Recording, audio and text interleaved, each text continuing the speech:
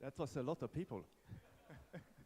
I've been sitting in the front row and I didn't see everybody. Okay, that's a lot of people. Okay, so about 2 hours ago I was asked to share some words of wisdom. So I did an extensive preparation in the car here. So bear with me if this is holding together one way or another, okay? So to start with, just so we don't forget that, my name is Kenneth Olsson, and I work as a director at Ericsson.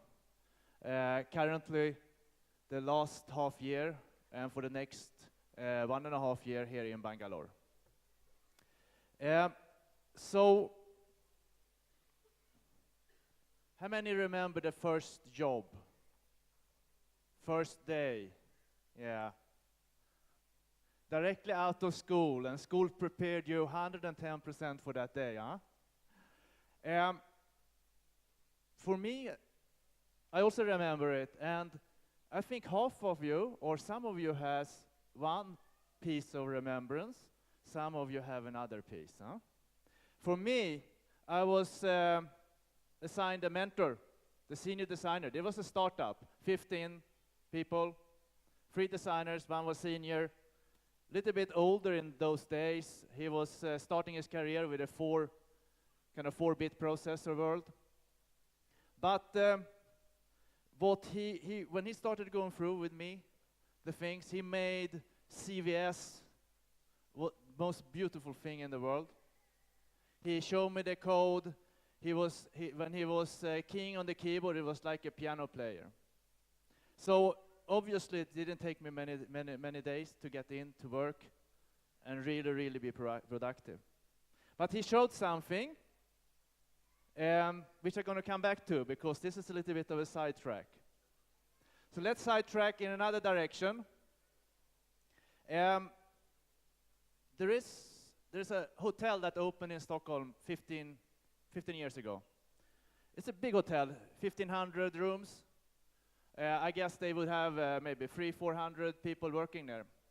So now they're going to hire everything: hotel manager,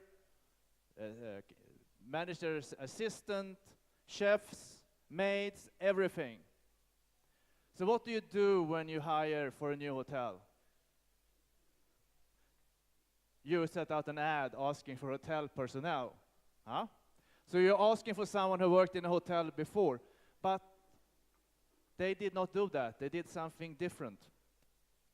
They looked for something different. They didn't put out an ad saying that. They put out an ad asking for something different.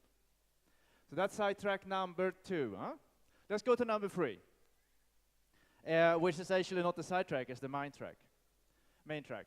So, I've been working for about 25 years now in many different organizations. Financial, car electronics, all the different technologies, and all of them have been organizations that included one thing. There were different types of computers, there were different types of technologies, there was different types of cities, there was different parts of the world, but there was one thing that was common for all of them. They all had people, huh? They were all engineers in them. However, I have seen some of these organizations fail and some of these organizations succeed tremendously. Engineers, managers. What was the difference between the ones failing and the ones succeeding? There's one thing there. And I'm going to come to this because all these three areas have one common thing that makes an organization succeed and fail. And you can call it many different things. You probably already figure out a few words for it. But for me, there is one word that is kind of sticking out, and that is what I would call is the reason for success. And I think everybody up on the stage before has shown that.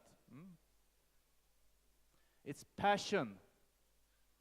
You need to have passion for what you do. And I've seen everybody on the stage. Let's put it this way. Why did Alexander the Great conquer half the known world? Passion. Why did Apple take over the mobile phone market? Passion. Huh?